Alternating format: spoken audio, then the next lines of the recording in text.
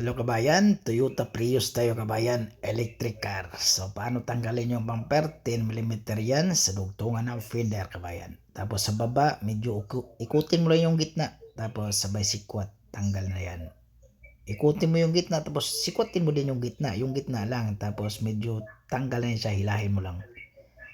Anong model? 2014 nata to siya mga kabayan. Tapos maraming fisya yan siya kabayan ha. Oh, marami. So, nasa 17 ang visa niyan. Yan. Tapos, yun sinasabi ko kabayan na pag Toyota, lahat ng Toyota, 10 mm yun sa baba. Yan.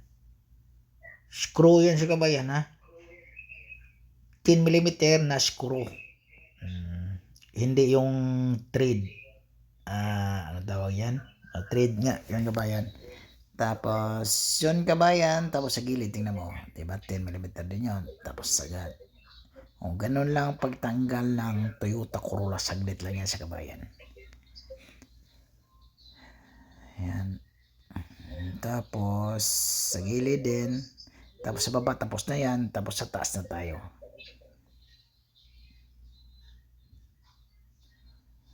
May cover yan siya. Plastic cover dyan sa taas.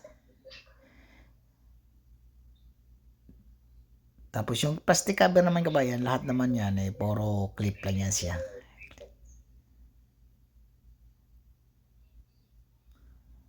So easy lang mag-replace ng bumper.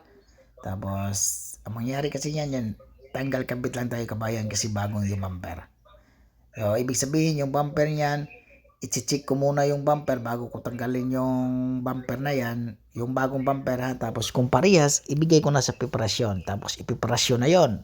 Tapos pinturahan. Minsan pag maraming trabaho, saka ko natanggalin pag tapos na yung pinturahan. Pagkatapos ng pinturahan, saka tanggalin. Tapos tanggal kabit sa mga accessories sa bumper. Tapos sabay lagay. Tapos kumpleto na.